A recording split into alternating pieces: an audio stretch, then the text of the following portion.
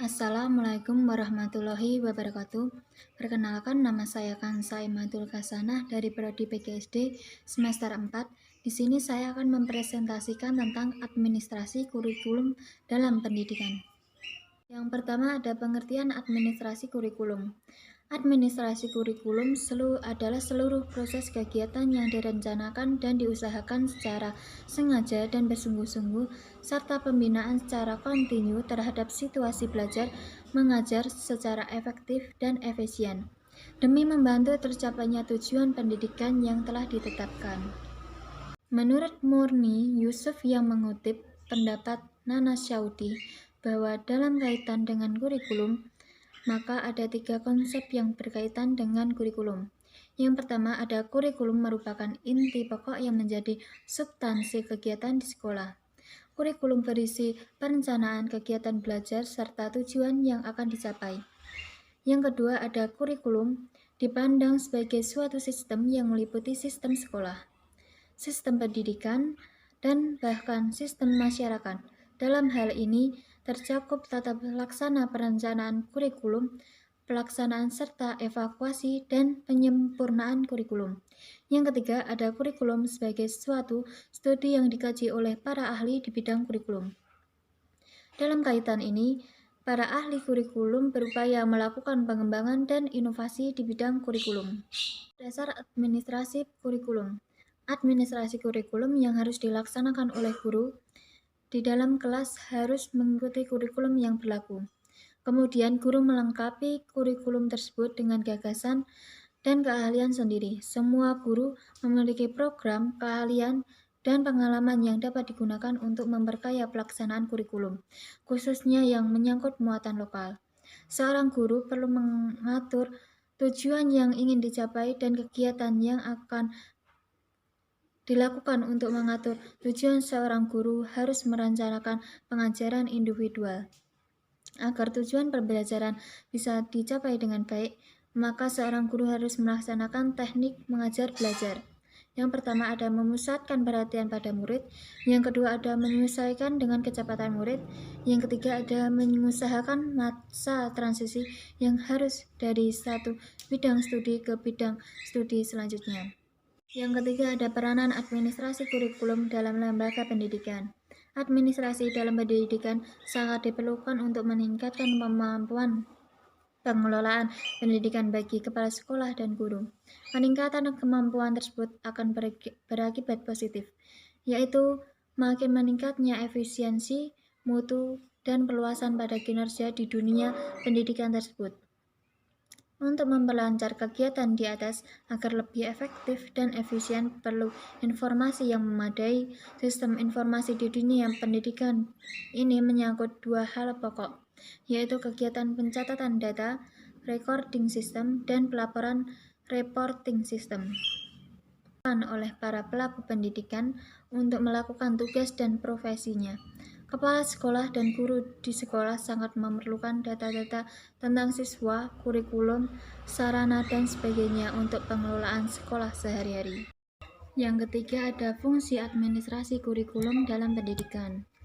Ada beberapa fungsi dari administrasi kurikulum, diantaranya sebagai berikut. Yang pertama ada meningkatkan efisiensi pemanfaatan sumber daya kurikulum.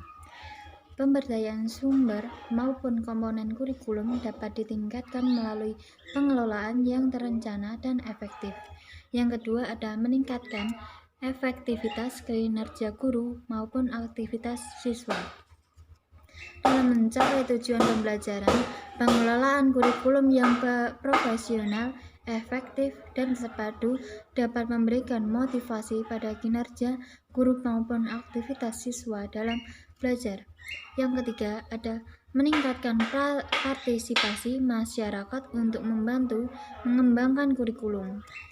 Kurikulum yang dikelola secara profesional akan melibatkan masyarakat, khususnya dalam mengisi bahan ajar atau sumber belajar perlu di kebutuhan pembangunan daerah setempat. Yang keempat ada meningkatkan efisiensi dan efektivitas proses belajar mengajar.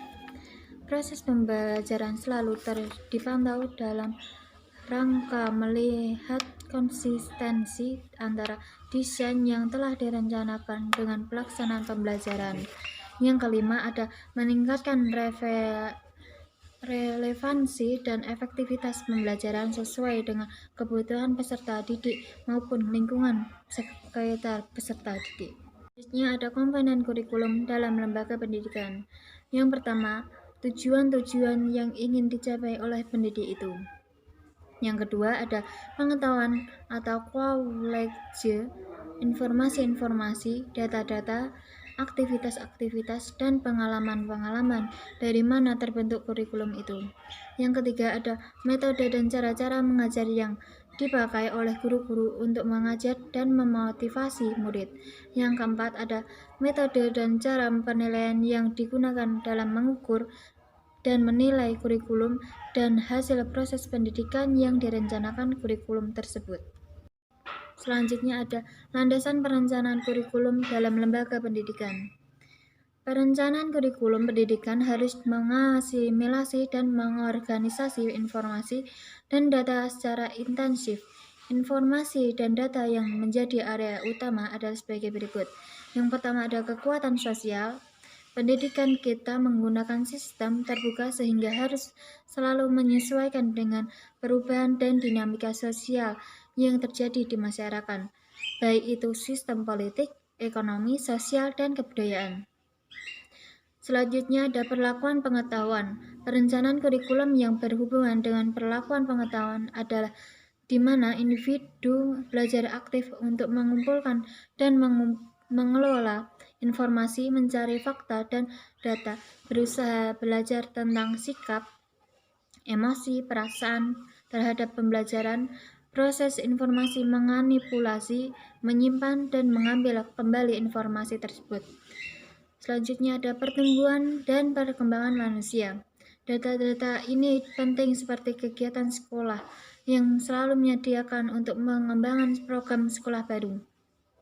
Lebih awal anak belajar pendidikan khusus, pendidikan alternatif, dan pendidikan akselerasi. Tugas dan peran kepala sekolah dalam administrasi kurikulum. Yang pertama ada menyusun perencanaan sekolah atau madrasah untuk berbagai tingkatan perencanaan. Yang kedua ada memimpin sekolah atau madrasah dalam rangka pendayagunaan sumber daya sekolah atau madrasah secara optimal. Yang ketiga ada pengelolaan perubahan dan pengembangan sekolah atau madrasah menuju organisasi pembelajaran yang efektif. Yang keempat ada mengembangkan organisasi sekolah atau madrasah sesuai dengan kebutuhan. Sebenarnya masih ada banyak lagi. Kesimpulan, kegiatan administrasi kurikulum yang terpenting di sini dapat disebutkan dua hal, yang terdiri dari kegiatan yang amat erat kaitannya dengan tugas guru dan kegiatan yang erat kaitannya dengan proses belajar mengajar. Terima kasih, sekian presentasi dari saya.